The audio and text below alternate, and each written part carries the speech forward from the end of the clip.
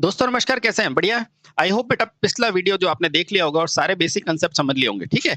इस वीडियो में बेटा अपन जो इम्पोर्टेंट है, जो समझने की कोशिश करेंगे बेटा चौथा और पाँचवाँ पार्ट कौन-सा है इसका, ठीक है? तो पहले हमने मुद्रण के बारे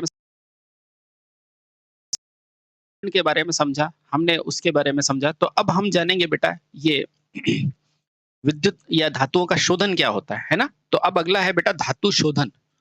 अगला भाग है हमारा धातु का शोधन करना। आराम से पढ़ो बेटा, सारे कांसेप्ट क्लियर हो जाएँगे।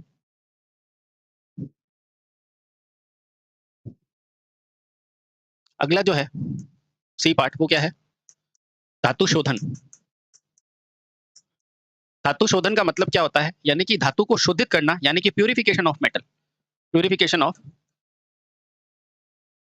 प्यूरिफिकेशन ऑफ मेटल, है ना? अब ये क्या होता है? अब बेटा जो आपने बेसिक प्रिंसिपल तो समझ लिया है, तो सब में यही होगा कि अपन 2 चीजें ध्यान रखेंगे। एक ध्यान रखेंगे एनोड, एक ध्यान रखेंगे बेटा कैथोड। एनोड मतलब जिसकी और कैथोड मतलब जिस पर। ये तो आपको पता रहना चाहिए, ठीक है? तो बस उसी का यूज करना है ना? इसमें ध्यान क्या रखना है वो लिखते हैं बेटा।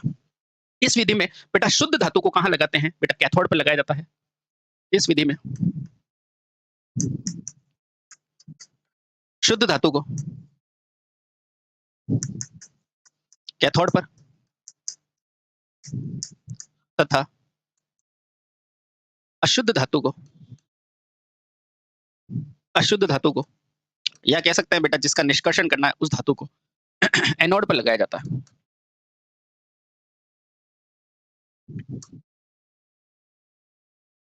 ठीक है? यानी कि बेटा इस विधि में शुद्ध धातु को कैथोड पर और अशुद्ध धातु को तो कहाँ लगाओगे? एनोड पर संयोजित करते हैं। ठीक है? अब जब घोल में डीसी धारा प्रवाहित करते हैं ना, तो बेटा क्या होता है? तो लिखना, जब घोल में डीसी धारा प्रवाहित की जाती है तो बेटा अशुद्ध कहाँ लगाई है? एनोड पे। और कहाँ के कण जाते हैं? एनोड के। ठीक है? तो ध्यान रखना बेटा, जब किया जाती है तो शुद्ध धातु के कण कहाँ होते हैं? यानी कि एनोड के कण क्या होते हैं बेटा? कैथोड पर इकट्ठित हो जाते हैं, प्रवाहित की जाती है। तो एनोड के कण कैथोड पर एकत्रित होने लगते हैं। अभी मैं समझाऊंगा बेटा, आपको सारी चीजें याद हो जाएगी। ठीक है? होने लगते हैं और इस तरह बेटा सारी के सारी अशुद्धियां मेरी एनोड पर रह जाती है। इस प्रकार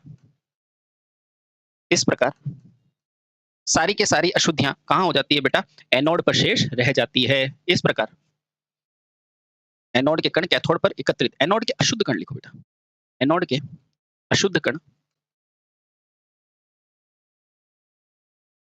ओहो, एनोड के शुद्ध कण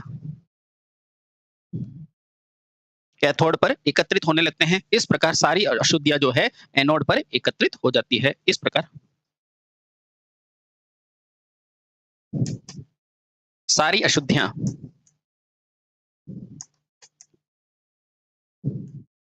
एनोड पर रह जाती है। देखो बेटा आपने क्या लिखा है, अब इसको समझते हैं ना। 2 ही मिनट में समझ लेंगे, मैं लिंक करूंगा चीजों को, है ना? ध्यान रखना। जब घोल में डीसी प्रवाहित करोगे तो बेटा एनोड के शुद्ध कण कहाँ चले जाते हैं? कैथोड पर एकत्रित हो जाते हैं। इस तरह सारी अशुद्धियां कहाँ रह जाती है? एनोड पे। और शुद्ध कहाँ चले जाते हैं? कैथोड की तरफ। आओ बेटा शुद्ध को क्या लगाया बेटा? कैथोड पे। अशुद्ध को कहाँ लगाया? एनोड पे। देखना आराम से। मैं हमेशा क्या समझाता हूँ? मैं हमेशा ये समझाता हूँ कि बेटा एक धन छोर होता है जिसे क्या कहते हैं बेटा? एनोड कहा जाता है। ये एनोड क्या है? धन छोर है। अच्छा, एक क्या होता है बेटा? कैथोड। ये क्या हो जाएगा? ऋण छोर, यानी कि नेगेटिव वाला। ठीक है? अब बेटा जब इसको सप्लाई दोगे, आपने इसको सप्लाई दी, ठीक है? आपने इसको सप्लाई दी। अब देखा यहाँ पर क्या लगाओगे? यहाँ पर बेटा हमेशा आप क्या लगाओगे? शुद्ध धातु लगाओगे। सॉरी, एनोड है ना? हाँ, यहाँ पर बेटा लगाओ अशुद्ध धातु। देखना अभी। और यहाँ पर उस धातु को लगाओगे जो बेटा पूरी तरह क्या है? शुद्ध है। अभी देखना बेटा, सब याद हो जाएगा आपका। मुझे बताओ, आपको मैंने जब पढ़ाया था, आपको जब मैंने इससे पहले पढ़ाया था बेटा, विद्युत मुद्रण पढ़ाया था, विद्युत लेपन पढ़ाया था, है ना? विद्युत लेपन में मैंने आपको क्या पढ़ाया था?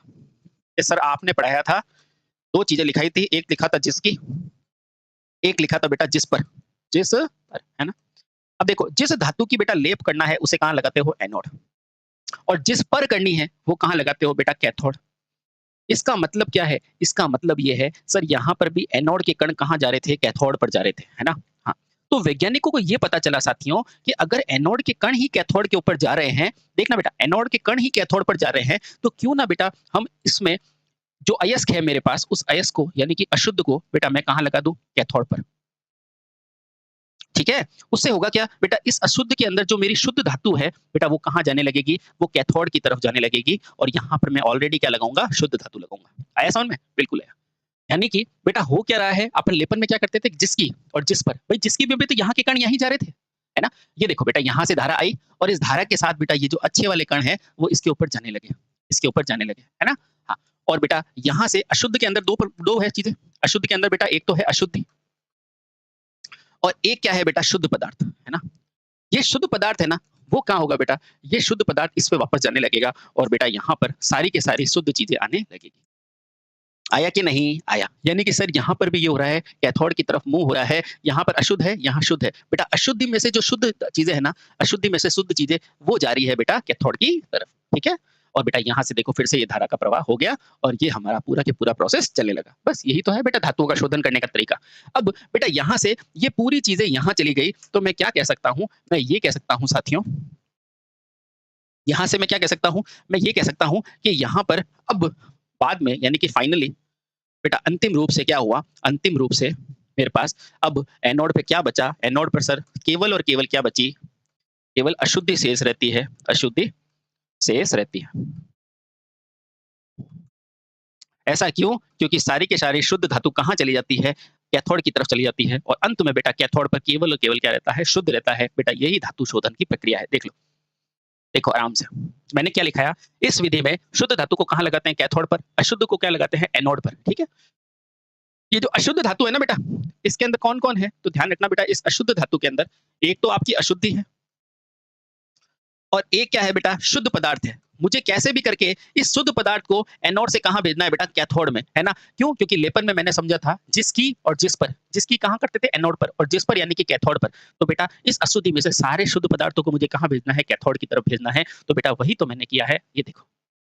एनोड क्या होता है बेटा? धन छोड़, बैटरी के धन से जुड़ता है। कैथोड पूछेगा कहाँ? तो ऋण से जुड़ेगा, वही चीज़ है। जब यहाँ से धारा जाएगी तो बेटा इस धारा के साथ शुद्ध कण भी इसके ऊपर जाना शुरू कर देंगे। तो यही तो है बेटा धातुओं का शोधन। बोलो क्लियर? हाँ सर बिल्कुल क्लियर। अगला जो इंपॉर्टेंट है वो है धातुओं का निष्कर्षण। ये क्या है? धातु शोधन। सर धातु शोधन और धातु निष्कर्षण में फ़र्क है क्या? बिल्कुल बेटा थोड़ा-सा फ़र्क है। इसमें तो क्या था?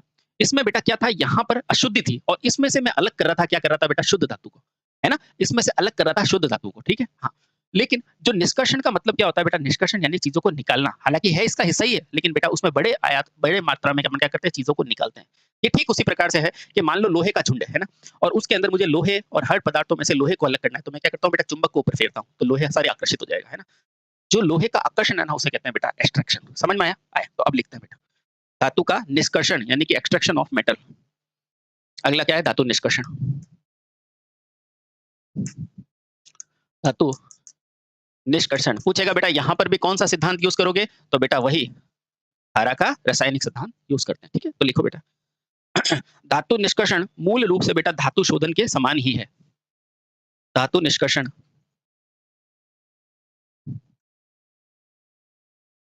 मूल रूप से धातु शोधन के समान ही है। इसमें क्या करते हैं वो ध्यान रखो बेटा, जो पूछता है एग्जाम में, है ना? इसमें क्या करेंगे? इसमें अयस्क को एनोड पे लगाएंगे और कैथोड पर शुद्ध धातु रखेगी। सिंपल सा बात है। इसमें भी, इस प्रक्रिया में भी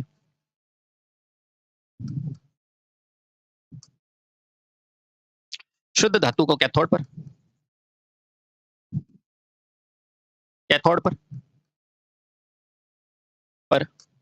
तथा अयस्क को एनोड पर रखा जाता है। अब आपके दिल में एक सवाल उठता होगा कि सर ये जो अयस्क है इसको मैं अशुद्ध लिख दूं, कोई प्रॉब्लम है क्या? बिल्कुल प्रॉब्लम है बेटा। इधर आओ। ये जो अशुद्धि है ना बेटा, ये किसी में भी हो सकती है ना? ये अशुद्धि है वो किसी में भी हो सकती है, मतलब जैसे मान लो सोनार ने गेंदा बनाया तो उसमें तांबा डाल दिया तो क्या है? अशुद्धि है कि नहीं है? लेकिन अयस्क में क्या होता है बेटा, धातु के और होते हैं, यानी कि धातु बेटा अकेला नहीं होता, उसके अंदर कुछ ना कुछ अलग-अलग क्या होता है बेटा, मेटल्स होते हैं। उस मेटल में से धातु को खींचना क्या कहलाता है? निष्कर्षण कहलाता है। लेकिन मान लो बेटा सोने की ज्वेलरी है, तो उसमें से अलग करना है तो बेटा उसे क्या कहेंगे? उसे अपन क्या कहते हैं? धातु का शोधन, ठीक है? ओके। तो निष्कर्षण के अंदर हमेशा बेटा क्या काम में लेते हैं? अयस्क काम में लेते हैं, अशुद्धि नहीं, ध्यान रखना। निष्कर्षण में बेटा हमेशा क्या लोगे काम में? अयस्क काम में लोगे। ये अयस्क क्या होता है? ये अयस्क बेटा धातु के ही होते हैं। एक एग्जांपल दो, इधर आओ बेटा। जैसे बेटा आपको पूछेगा बॉक्साइट, क्या पूछेगा? Bauxite Al2O3। बेटा ये बॉक्साइट क्या होता है? ये मूल रूप से क्या होता है बेटा? एल्यूमीनियम का अयस्क होता है। होता है कि नहीं? हाँ, तो बेटा ये बॉक्साइट अशुद्धि नहीं है। ये बॉक्साइट बेटा अशुद्धि नहीं है। क्यों? क्योंकि बेटा इसके अंदर ज़्यादा मात्रा में क्या है? एल्यूमीनियम। बेटा जब भी ज़्यादा मात्रा में ये पदार्थ होता है ना, ज़्यादा मात्रा में अगर ये तत्व मिलेगा, पदार्थ मिलेगा, तो वो क्या कहलाता है बेटा? अयस्क कहलाता है और ये अशुद्धि नहीं है, क्योंकि अशुद्धि में बेटा कम या ज़्यादा मात्रा हो सकती है। बोलो समझ में आया? आया। तो धातु निष्कर्षण मूल रूप से बेटा धातु शोधन के समान ही होता है। इसमें शुद्ध धातु को कहाँ लगाते हैं? कैथोड पे, और अशुद्ध को कहाँ लगाते हैं? यानी कि अयस्क को कहाँ लगाते हैं? एनोड पे। ठीक है? हाँ, बाकी सारी की सारी चीज़ें वही है, ठीक है? इसमें भी वही होता है, जब धारा प्रवाहित होती है, तो अयस्क से शुद्ध धातु कैथोड की तरफ इकट्ठी होने लगती है और बेटा हमें शुद्ध धातु प्राप्त हो जाती है। इसमें भी, इस प्रक्रिया में भी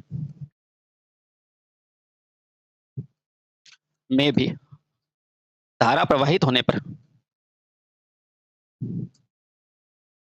पर एनोड पर उपस्थित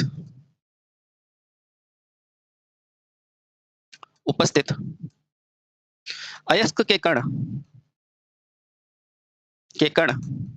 अयस्क के कणों में से शुद्ध कण, अयस्क के कणों में से जो शुद्ध धातु के कण हैं, वो कहाँ होते हैं? कैथोड पर इकट्ठा होने लगते हैं। अयस्क के कणों में से शुद्ध कण या शुद्ध धातु के कण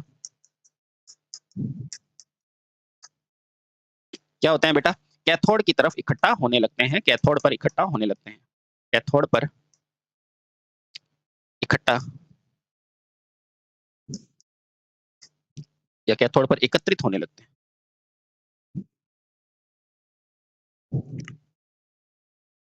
होने लगते हैं। बोलो हाँ, यस सर, हाँ। ठीक है? और इस तरह बेटा क्या होता है? हमें शुद्ध धातु मिल जाती है। ठीक है? तो लिखो बेटा इस तरह। धातु निष्कर्षण की प्रक्रिया से प्रक्रिया द्वारा क्या होता है बेटा? अयस्क से शुद्ध धातु प्राप्त की जाती है। अयस्क से शुद्ध धातु प्राप्त करते, बोलो क्लियर? हाँ सर। बस वही चीज है बेटा, ये आपका पात्र है ना? इस पात्र के अंदर आपका वो AgNO3 या कोई भी द्रव भर लो, ठीक है? इसके बाद बेटा यहाँ पर क्या होता है? यहाँ पॉजिटिव सिरा होता है, जिसे क्या कहते हैं बेटा? एनोड कहते हैं। जिसे क्या कहोगे? एनोड। जिसे क्या कहा जाता है बेटा? एनोड, जिसे धन छोर कहा जाता है। एक बेटा क्या होता है? कैथोड, है ना? जिसे क्या बोला जाता है? नेगेटिव छोर, है ना? बैटरी जोड़ दो, बैटरी जैसे ही जोड़ोगे तो बेटा यहाँ से धारा बहेगी और बेटा यहाँ पर ये क्या है? अशुद्धि यहाँ पर है। बेटा यहाँ पर ये क्या है? अशुद्धि है, ठीक है? यानी कि बेटा यहाँ पर दोनों चीजें देखो, अशुद्धि और ये क्या है? धातु मिक्स है, ठीक है? तो इसको क्या कहेंगे बेटा? इसको कहेंगे अयस्क। अयस्क, क्या कहेंगे? अयस्क। अच्छा, बहुत बढ़िया। अब बेटा क्या होगा? इस अयस्क में से जैसे ही धारा प्रवाहित करोगे ना, तो बेटा अयस्क के कण कहाँ जाने लगेंगे? इसके ऊपर इकट्ठा होने लगेंगे, शुद्ध के ऊपर, है ना? ये लो, ये लो, ठीक है? और बेटा शुद्ध धातु यहाँ आना शुरू हो जाएगी और बेटा ये यहाँ से धारा का फ्लो ऐसे होता है, ठीक है? तो शुद्ध धातु बेटा यहाँ पे इकट्ठी होने लगेगी और इस तरह बेटा शुद्ध धातु का क्या हो जाएगा? कैथोड पर इकट्ठा हो जाएगी। इस तरह बेटा शुद्ध धातु कहाँ हो जाती है? कैथोड पर एकत्रित होने लगती है, ठीक है? और यही बेटा क्या कहलाता है? अयस्क से धातु का निकलना, निष्कर्षण क्या कहलाता है? तो बेटा अयस्क से धातु का निकलना क्या कहलाता है? धातु निष्कर्षण।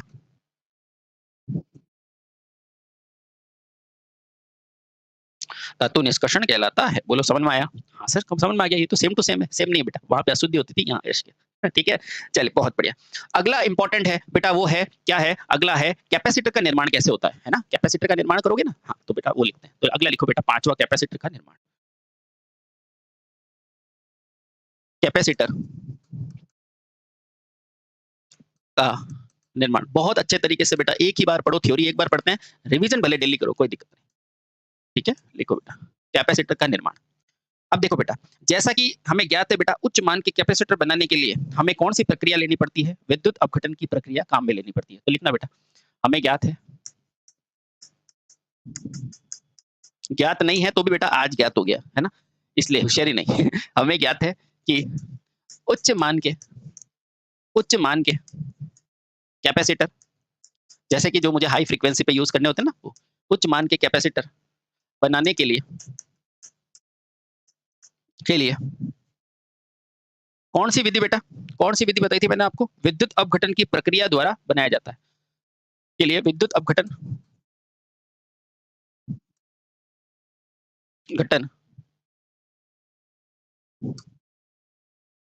प्रक्रिया अपनाई जाती है। क्लियर? अब इसमें होगा क्या देखना बेटा, इसमें होगा कुछ नहीं बेटा, दो चालक प्लेटों के मध्य क्या भर देंगे बेटा, डाइलेक्ट्रिक फिल्म तैयार की जाती है और बेटा इस तरह इलेक्ट्रोलाइटिक कैपेसिटर का निर्माण होता है। तो ध्यान रखना बेटा, इस विधि द्वारा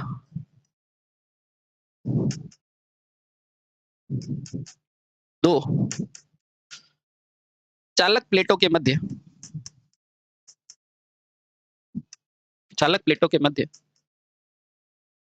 क्या बेटा, परावैद्युतांक यानी कि die electric film,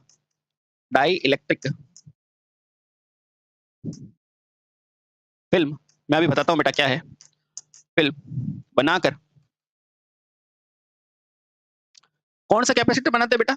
electrolytic. Sir ये वही है क्या जो उच्च फ्रीक्वेंसी 120 माइक्रोफैराड पे काम करता है, कैपेसिटर रन में काम आता है? बिल्कुल बेटा वही है, बनाकर इलेक्ट्रोलाइटिक कैपेसिटर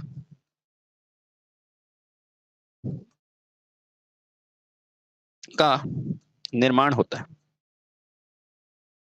सर यहां से क्वेश्चन क्या पूछेगा, यहां से पूछेगा बेटा कैपेसिटर के निर्माण में क्या भूमिका है? तो बोलना बेटा उच्च मान के कैपेसिटर बनाने के लिए विद्युत अपघटन प्रक्रिया बनाते हैं। ठीक है, और ये इसमें होता क्या है बेटा, इसके अंदर इलेक्ट्रोलाइटिक कैपेसिटर का निर्माण होता है। इसमें क्या होगा बेटा, दो चालकों के बीच में डाइलेक्ट्रिक फिल्म बनाएंगे। ठीक है, इधर देखो बेटा, कैपेसिटर क्या होता है बेटा, दो चालकों के बीच में कोई भी परावैद्युतांक भरते हो है ना, इसी को तो लिखते हो C बराबर एप्सिलॉन 0 A अपॉन D।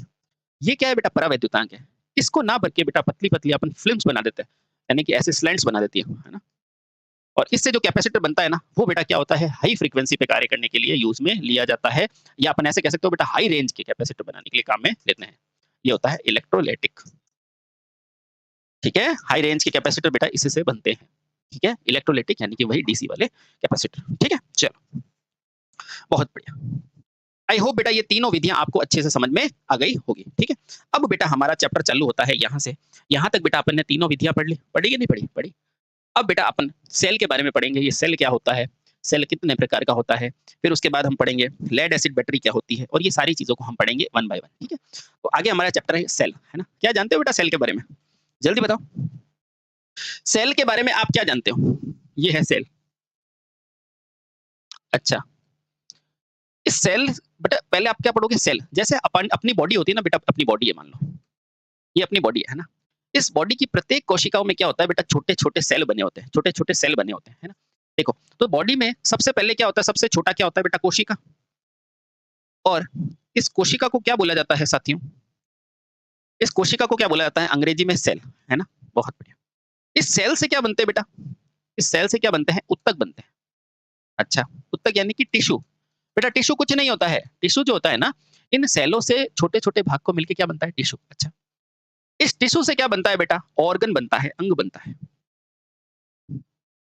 इस टिश्यू से क्या बनता है, ऑर्गन बनता है बेटा, अंग बनता है। अच्छा, जैसे ये मेरा हाथ है ना बेटा, इसके अंदर छोटी छोटी कोशिकाएं है, उससे मिलके क्या बनी है बेटा, जैसे ये हाथ की ग्रिप की, ये क्या है, उत्तक है, और उसके बाद ये पूरा क्या है बेटा, बॉडी का एक पार्ट है, अंग है ना। बहुत बढ़िया, शाबाश। ठीक है, अब सुनना बेटा, यहीं से बेटा अपना जन्म होगा सेल बैटरी का भी। और इस ऑर्गन बेटा वास्तव में क्या है, ये ऑर्गन बेटा अपने बॉडी को बनाता है, अपने शरीर को बनाता है। मानते हो? मानते हैं, यानी कि इस पूरे से मिलके क्या बनती है, शरीर बनती है, और अपना पूरा शरीर बन जाता है। ठीक है, अब देखो बेटा आराम से देखो, ये क्या है बेटा, सबसे छोटी कोशिका है, और यही बेटा सबसे क्रियात्मक कोशिका भी होती है, आपको पता होगा। बिल्कुल पता है सर, आराम से देखना बेटा, सेल समझ में आएगा। अब इसका नाम क्या है बेटा? सेल, है ना? तो ये भी क्या है बेटा? एक क्रियात्मक कोशिका है, ठीक है? इस सेल को बनाओगे कहाँ से? तो सेल को बनाओगे सर विद्युत अपघटन प्रक्रिया द्वारा। इसे कहाँ से बनाएँगे? विद्युत अपघटन अभिक्रिया द्वारा, है ना? अभिक्रिया द्वारा। अब देखो बेटा, इस सेल से क्या बनेंगे? उत्तक बनेंगे। अब ये सर उत्तक क्या होते हैं? उत्तक ठीक उसी प्रकार से, ये मान लो मुझे ऐसी कोई बैटरी चाहिए, मुझे ऐसी कोई बैटरी चाहिए जो मेरी क्या हो बेटा? ज़्यादा वोल्टेज दे, है ना? यानी कि जैसे मुझे अब फेस बनाना है, तो फेस के लिए बेटा उत्तक अलग होंगे, हाथों के लिए अलग होंगे, सबके लिए अलग-अलग होंगे ना? हाँ, तो उसीलिए मुझे ऐसे बॉडी का निर्माण करना है जिसमें वोल्टेज ज़्यादा हो, तो बेटा मैं क्या करता हूँ? इन सेलों को कहाँ लगा देता हूँ? सीरीज़ में लगा देता हूँ। कहाँ लगा देता हूँ? श्रेणी में। बहुत बढ़िया, है ना? अब अगर मुझे बेटा धारा ज़्यादा चाहिए, तो मैं इनको क्या कर देता हूँ बेटा? इन सेलों को कहाँ लगा देता हूँ? तो सर समानांतर में लगा देता हूँ। बहुत बढ़िया, ठीक है। इससे क्या होगा? बेटा श्रेणी में लगाओगे तो वोल्टेज ज़्यादा मिलेगी, इसमें धारा ज़्यादा मिलेगी। मुझे बताओ, ये दोनों क्या है? ये दोनों क्या है? एक तरह से बेटा ऑर्गन नहीं है? एक तरह से आपके ऑर्गन नहीं है? बिल्कुल ऑर्गन है। बेटा इन्हें ही ऑर्गन को, अंग को बेटा क्या बोला जाता है? बैटरी। क्या बोला जाता है? बैटरी। बैटरी क्या है? बेटा सेलों का संयोजन ही तो है ना? अब देखना बेटा, ये बैटरी कहाँ यूज़ करोगे? इसके बॉडी पार्ट के अंदर। कौन से बॉडी पार्ट के अंदर? जैसे मान लो आप यूपीएस लगाओगे, जैसे आप मान लो आपके घर की लाइट चला रहे हो, तो पूरी बॉडी को चला रहे हो ना? हाँ, तो बेटा वही मिलके क्या बन जाती है? पूरी बॉडी। और बेटा यहाँ बॉडी को क्या ले लोगे? इलेक्ट्रिक बॉडी, है ना? हाँ, तो यहाँ से क्या समझ में आया कि देखो बैटरी क्या है बेटा? एक भाग है, अकेला बैटरी क्या करेगा? बैटरी को चलाने के लिए ज़रूरी है। मेरे को सिर्फ हाथ दे दिया, पूरी बॉडी नहीं दी तो क्या काम का, है ना? लेकिन बॉडी को चलाने के लिए या हाथ से काम करने के लिए मुझे हाथ चाहिए, ठीक है? तो ये क्या है बेटा? एक ऑर्गन है। और ये क्या है? आपकी सेल। बेसिक यूनिट क्या होती है बेटा? सेल ही है जो सभी अभिक्रियाएँ करेगी। इस सेल को अगर मैं श्रेणी में लगाऊँगा, समानांतर में लगाऊँगा तो बैटरी का निर्माण हो जाएगा। तो दरअसल बेटा सेल से ही क्या बनती है? बैटरी बनती है, मुख्य रूप से। बोलो समझ में आया? बहुत बढ़िया। अब जब मैं आगे पढ़ाऊँगा तो मैं आपको बताऊँगा बेटा ये जो सेल होते हैं ना, कुछ सेल ऐसे होते हैं जो केवल बेटा एक ही दिशा में अभिक्रिया करते हैं। यानी कि जिसमें कार्य एक ही दिशा में होता है, यानी उसे केवल डिस्चार्ज किया जा सकता है। और कुछ ऐसे होते हैं जिसमें कार्य के लिए डिस्चार्ज भी किया जा सकता है और चार्ज भी किया जा सकता है। ठीक है? जिसमें केवल एक ही दिशा में कार्य होता है, बेटा उसे क्या बोला जाता है? प्राथमिक सेल। और जिसमें बेटा दोनों दिशाओं में कार्य होता है, उसे क्या कहते हैं? द्वितीयक सेल। बोलो, यहाँ तक समझ में आया? हाँ, और इसके बाद बेटा ये सारी चीज़ें आगे चलती रहती है। ठीक है? बोलो, यहाँ तक कोई दिक्कत? नहीं सर, कोई दिक्कत नहीं है। बोलो।